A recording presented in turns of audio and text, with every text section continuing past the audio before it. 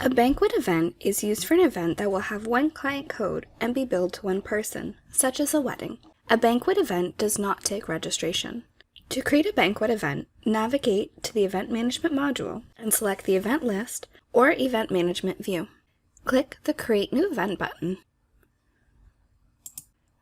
Double-click on the calendar, or in the View by Facility, you can click and drag, then right-click and select Create Event, which is typically the preferred option.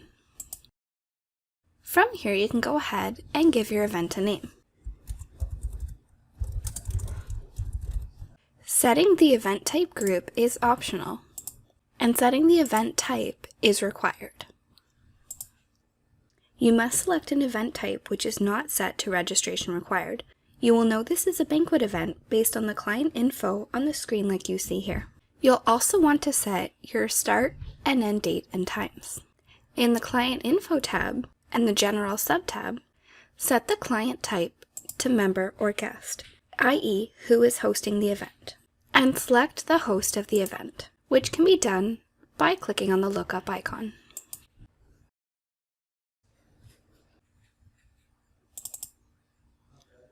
If you select a member or guest from the database, their information will pre-populate in the rest of the fields. If the contact is event-specific, click Contact Info is event-specific, which will allow you to update the member/guest information without affecting the accounts receivable member information. If the event is sponsored by a member, check Sponsored Event and select the sponsoring member. If you wish for minimums to be updated to that member, check the corresponding box. If needed, you can add up to 2 additional contacts, such as an event planner, spouse, etc.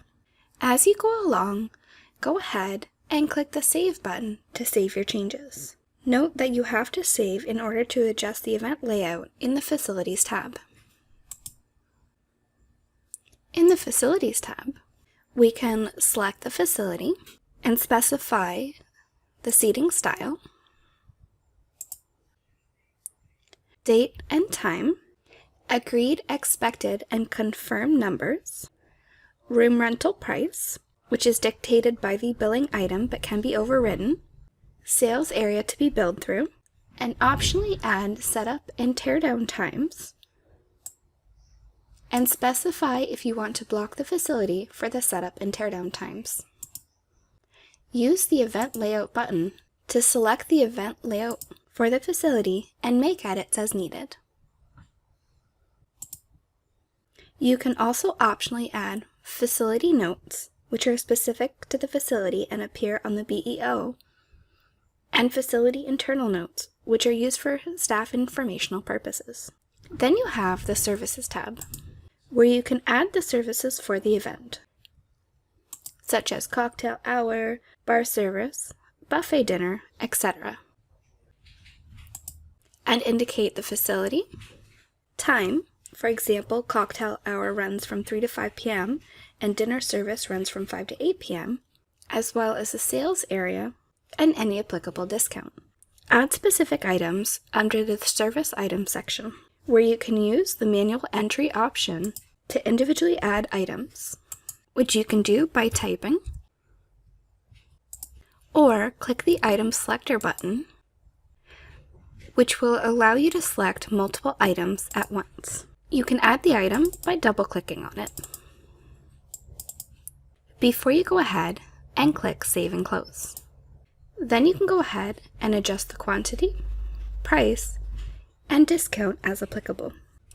In the Resources tab, specify a grouping description and add all applicable resources needed for the event, such as a microphone, and indicate the quantity required as well as the price and any applicable discount. In the Checklist tab, you can add any applicable checklist to the event and set the checklist details. The checklist can be printed from this screen.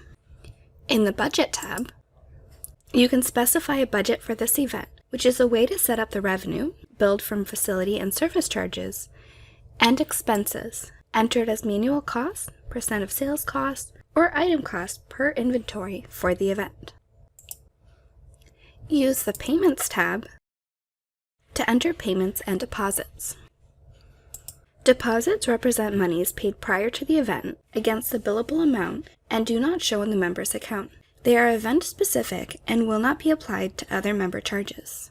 Payments represent monies paid towards the invoiced amount generally after the event is completed. If the member will pay for the event with other charges on their AR statement, then bill the event and do not enter payments here. Use the Preview button to preview the entry to verify the journal entry, and the Post button to post the payment or deposit, after which an audit number will be generated. In the Other tab, you can specify the salesperson, event coordinator, and assign specific employees to the event. The Open Task button allows you to specify specific tasks for the event, such as setup and tear down, and assign dates, times, and employees to that task. The Open Extra Info button displays event extra information pulled from the event type settings and can be completed as applicable. You can add event notes, which will display on the forms, and internal event notes, which will display on the screen. Use the Documents tab to upload any event-related documents. You can use the Open Forms button to preview, print, and/or email event forms. Lastly, you will want to confirm the stage of the event, which can be updated over the course of the event. Once you've completed all the settings, go ahead and click Save and Close. Once you have created the event, you can edit the event by selecting the event and clicking Edit Selected Event, or double-click on the event. Use the Open Billing button to bill out the balance of the event to the member's AR account.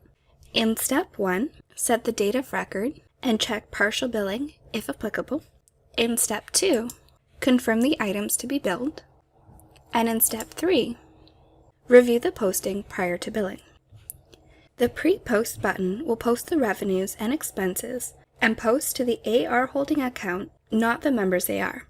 You can use the Pre-Post Preview prior to completing the posting. This option is used where charges to the event may occur, but GL postings are required for period end. The Final Post button will post the event to the member's AR account and reverses any deposits against the billing amount. There is also a preview option for Final Post. After the Final Post, no charges can be made to the event. If this is a non-member event, you can post payments against the event as they are paid in the Payments tab until the balance is 0. Then do a final post here. No actual amount will be billed to AR since there is no balance, and only the GL will be impacted.